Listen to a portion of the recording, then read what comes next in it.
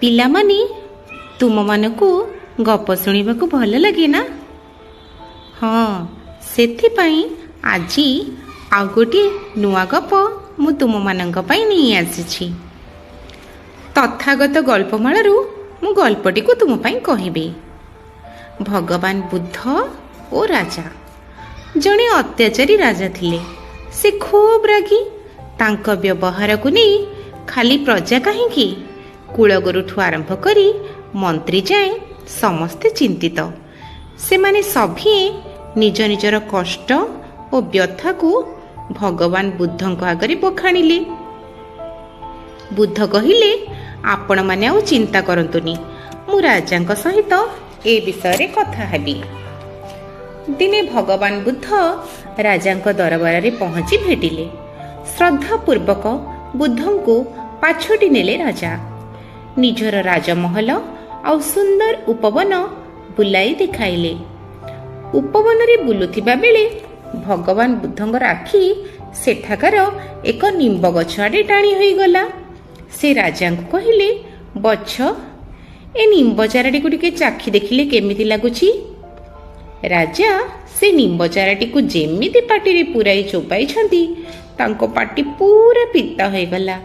ରାଗରେ ପାଚି ଲାଲ ପଡ଼ିଗଲେ। ସେ ସାଙ୍ଗେ ସାଙ୍ଗେ ସେ ଚାରା ଗଛ ଆଡ଼େ ଧାଇଁ ଯାଇ ତାକୁ ମାଟିରୁ ଉଖାଡ଼ି ଫିଙ୍ଗିଦେଲେ।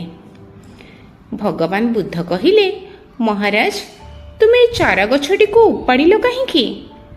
ରାଜା କହିଲେ, ଭଗବାନ, ଏବେଠୁ ଏଇଟା ଏତେ ପିତା ଲାଗୁଛି ଯେ ଭବିଷ୍ୟତରେ ଏହା ଏକ ବିଷ ବୃକ୍ଷରେ ପରିଣତ ହୋଇଯିବ। ଏଇ କ୍ଷଣି ଏହାକୁ ମୂଳୋତ୍ପାଟନ କରି ଦଳି ମକଚି ଦେଲେ କାମ ଶେଷ। ରାଜାଙ୍କ ତୁଣ୍ଡରୁ ଏ କଥା ପଦକ ଶୁଣିଲେ ବୁଦ୍ଧ। ତାପରେ ତାଙ୍କୁ ବୁଝାଇ କହିଲେ, ବଚ୍ଛ, ତୁମର କଟୁ ବ୍ୟବହାରରେ ଅସ୍ତବ୍ୟସ୍ତ ପ୍ରଜାଗଣ ଯଦି ତୁମ ପ୍ରତି ଠିକ୍ ସେମିତିକା ବ୍ୟବହାର ଦେଖାଇବେ, ତାହାହେଲେ ତୁମକୁ କେମିତି ଲାଗିବ? ଶ୍ରେଷ୍ଠ ରାଜା ତାକୁ ହିଁ କୁହାଯାଏ ଯେ ପ୍ରଜାଙ୍କ ପ୍ରତି ପ୍ରେମପୂର୍ବକ ବ୍ୟବହାର ଦେଖାଏ।